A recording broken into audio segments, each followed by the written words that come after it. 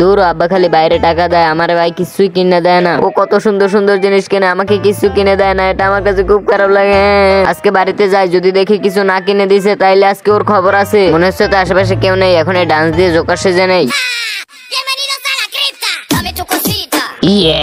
আমি জোকার হয়ে গেছি। আজকে আমার ভাইয়ের খবর আছে। দূর মাথায় কাজ করে না, আমার বাড়ি তো ওদিক, আমি এদিক যাই কেন?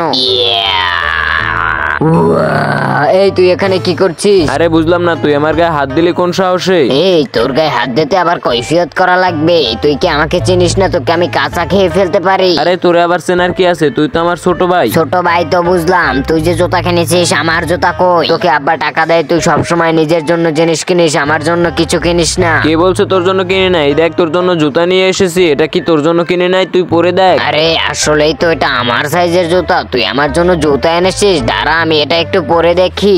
এই দেখলি আমার পায়ে এই জুতাটা কত সুন্দর লাগতেছে। আরে বেটা, এটা তো তোর ভাই এনে দিয়েছে, এটা সুন্দর লাগবে না তো কি লাগবে সেটা বল।